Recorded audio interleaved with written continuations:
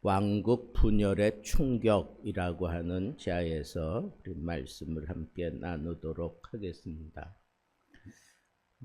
르호보암이 온건한 그런 정책을 펼치지 않고 등극하면서부터 더 강력한 그러한 정책을 펼치면서 백성들의 반발을 사게 됩니다. 여로보암이 몰고 온 그 온 이스라엘의 생각이라고 해도 과언이 아니죠. 그 생각을 왕이 되려고 하는 르호보암에게 그렇게 제시를 했을 때 그때 그걸 참 지혜롭게 잘 넘겼어야 되는데 조언을 구하기는 했지만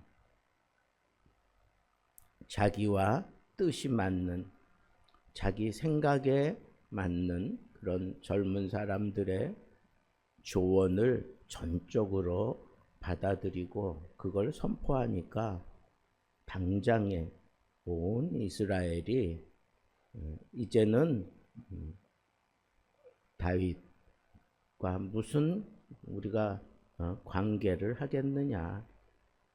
다윗의 집이여 이제는 너나 잘 챙겨라. 그리고 온 이스라엘이 등을 돌린 겁니다. 그래서 10지파가 떨어져 나가게 되고 다윗이 속한 유다 지파와 베냐민 지파만 유다 나라로 그렇게 남게 되는 아주 정말 충격적인 르호보암에게 이게 얼마나 큰 충격이 됐을까.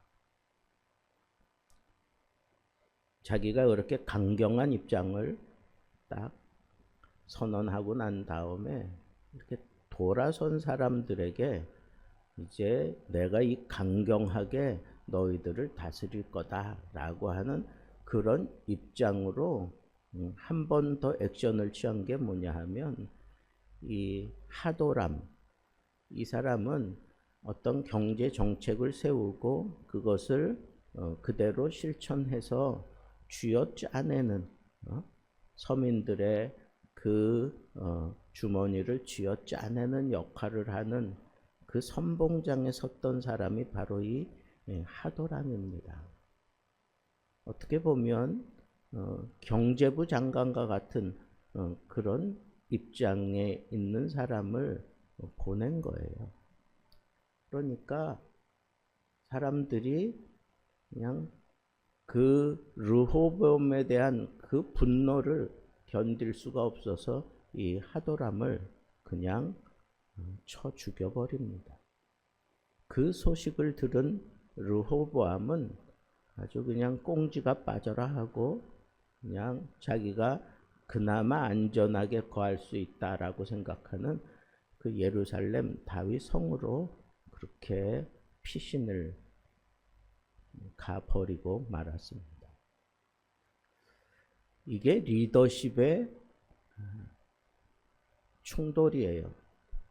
이 리더십에 어떤 충돌이 올 수 있죠. 그걸 잘 풀어가야 되는데 그걸 풀 수 있는 그런 그 자질이 없었어요. 이 르호보암에게는. 자기 아버지 솔로몬은 하나님이 나타나서 야 내가 너한테 뭐 해주기를 원하느냐 그랬을 때 내가 이 약관의 왕이 되었으니 그러면서 하나님 앞에 구한 게 뭐예요? 내가 이 백성들 듣는 마음이 필요합니다. 듣는 마음을 나에게 허락해 주십시오. 그래서 이 백성들의 그 아픔과 애환과 그리고 필요를 잘 듣고 판단해서 내가 이들 앞에 선한 정치를 펼치겠습니다. 라고 하는 이런 아주 겸손하면서도 참 지혜로운 그걸 구한 것 때문에 하나님 마음에 싹 들어서 하나님이 너 이런 것도 구하지 않았는데 내가 부와 기를 내가 너에게 그냥 부어주겠다. 내 말에만 순종해라. 그러면 아버지 다윗에게 약속한 대로 왕위 너희 지파에서 떠나지 않게 해줄 거야. 하나님이 그것까지 언약하고 약속을 하셨잖아요. 그런데 그런 엄청난 언약을 받은 그 지파의 르호보암이 솔로몬의 뒤를 이어서, 이 솔로몬의 이 영화를 생각해 보면 그 뒤를 이어서 왕이 된다고 하는 것은 얼마나 참 어깨가 들썩거리고 뿌듯하겠습니까? 그런데 이게 완전히 한순간에 두 동강이 나고 말았습니다. 이건 정말 충격이에요. 충격. 어떻게 이럴 수가 있나?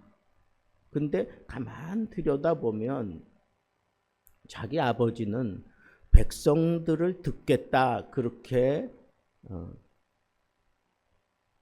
마음을 다잡고 시작했는데 이 르호보암은 백성들을 듣겠다가 아니라 백성들을 내가 짓밟겠다. 그리고 내 권위를 세워가겠다. 이런 식으로 정치를 펼치니까 깨져버리고 마른 거예요. 여러분, 정말 강력한 힘은 뭘까요? 무력이 강력한 게 아니에요. 무력으로 세상을 다 차지하고 지배했다고 생각했던 사람 나폴레옹이 마지막 유배지에서 죽을 때 그런 고백을 했어요.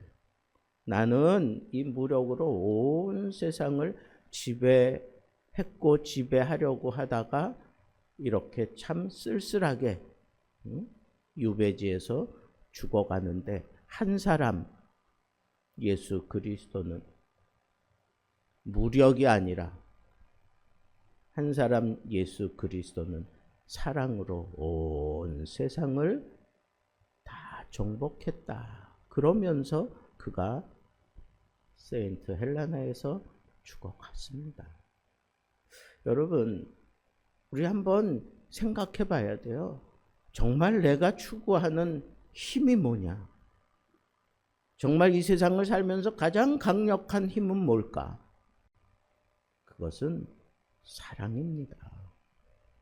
사랑이 그 마음에 가득 들어차 있으니까 백성들의 그 어떠한 요구라도 그 마음 깊숙이 담겨져 있는 그 생각까지 나는 듣겠습니다.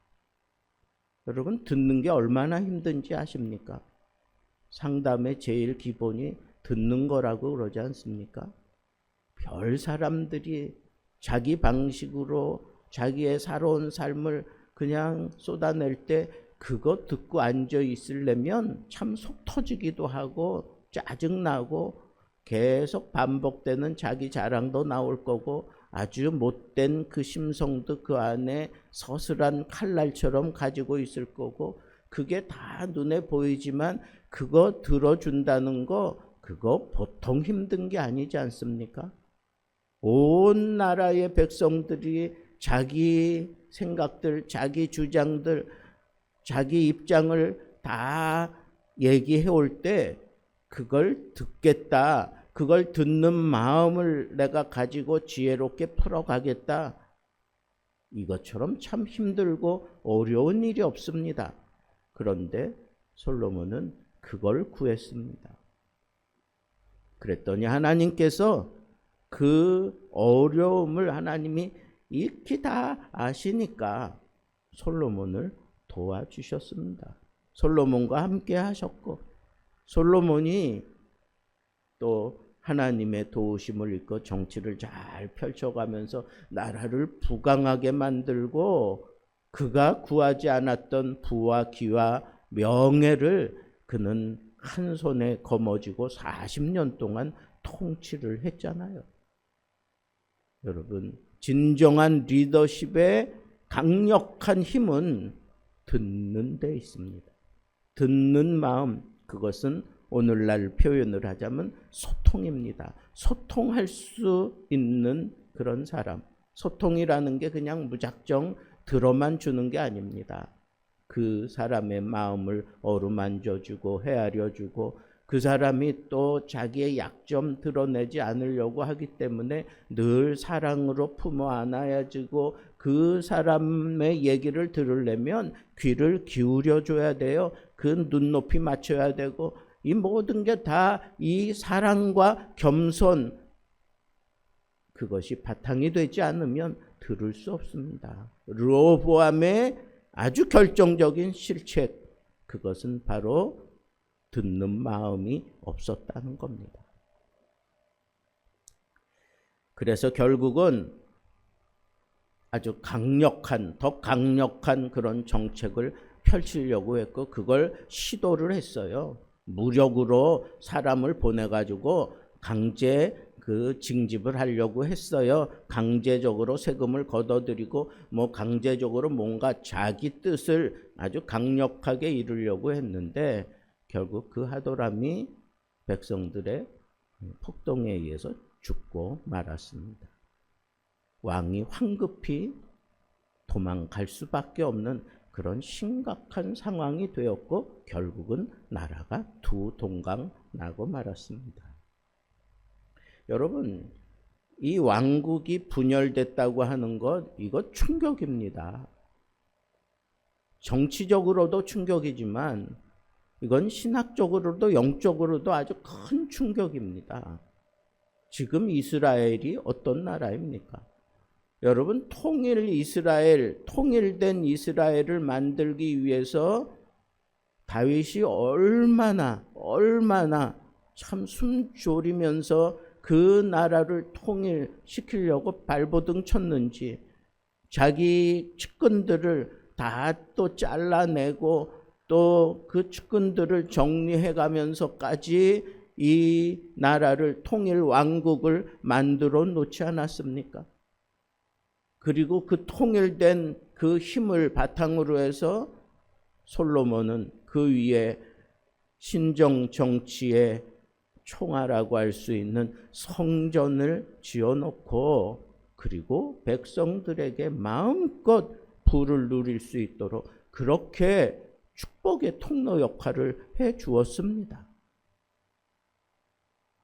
그런데 온 세계가 와보고 싶었던 나라, 온 세계가 만나고 싶었던 나라, 온 세계가 부러워했던 나라, 그 이스라엘이 솔로몬이 죽고 르호보암이 왕이 되는 그 순간 그냥 아작이 나고 말았습니다.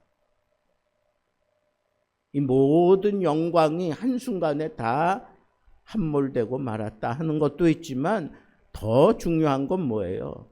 하나님의 언약이 어찌 이 인간 한 사람의 잘못된 선택에 의해서 두 동강 나버리고 마느냐 이거예요.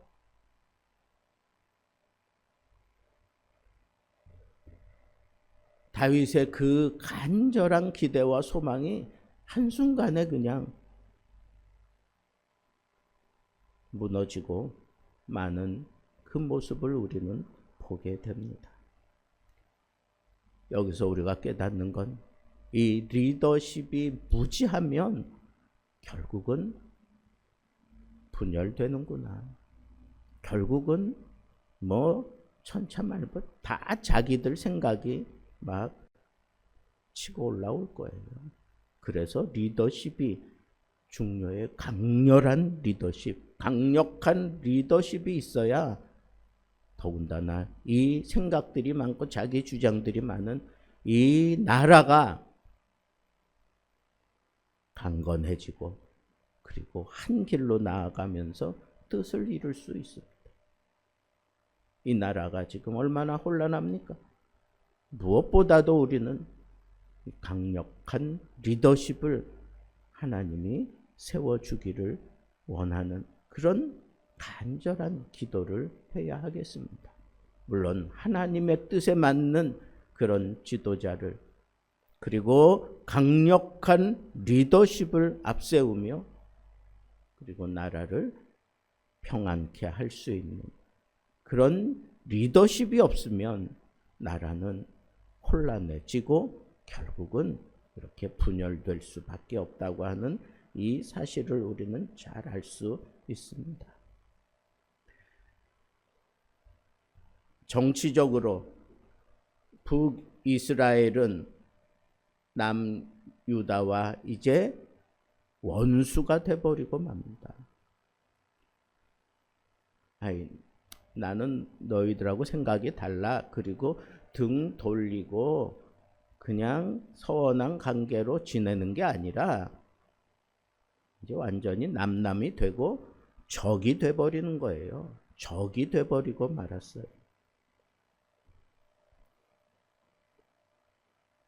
정치적으로 하나가 되어야 될 이 조그만 나라가 나눠져서 적이 됐다. 이게 정치적으로 얼마나 큰 이 부담을 안고 살아가는 겁니까?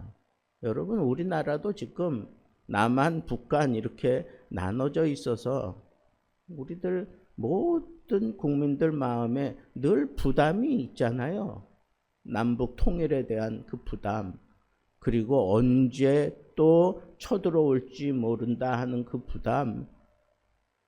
그러면서도 우리나라가 지금 이 자유민주주의를 선택하고 이렇게 하나님의 은혜를 입고 기독교가 꽃피워지는 그런 사회 구조를 만들고 그런 은혜를 입고 이만큼 잘 살게 되었음에도 불구하고 여전히 불안하고 여전히 큰 부담을 안고 살아가는 것은 이렇게 나뉘어졌기 때문에 그런 거예요.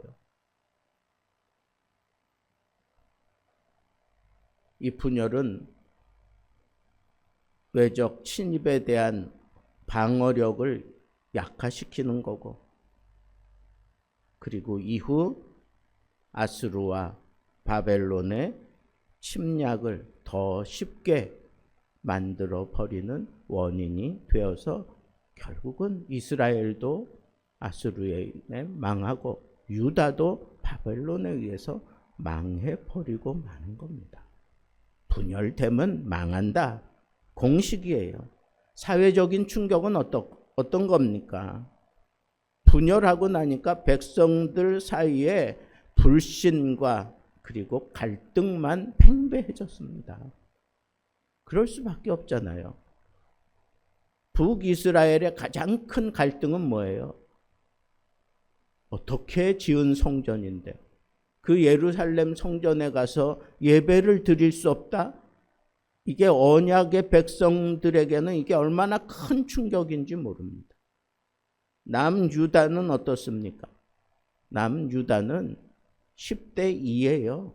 언제든지 북이스라엘이 쳐들어오면 벅차게 싸워야 되는 그런 축소된 마음이 그들에게 아주 큰 갈등이 될 수밖에 없습니다. 영적으로는 어떤 충격이 있을까요? 예루살렘 성전에서 예배드리지 못한다. 상실감이 북이스라엘에게는 있어요. 그리고 6월절 절기 때마다 이 북이스라엘이 왕의 명령을 무시하고 자꾸 예루살렘 성전으로 가게 되잖아요. 그래서 나중에 이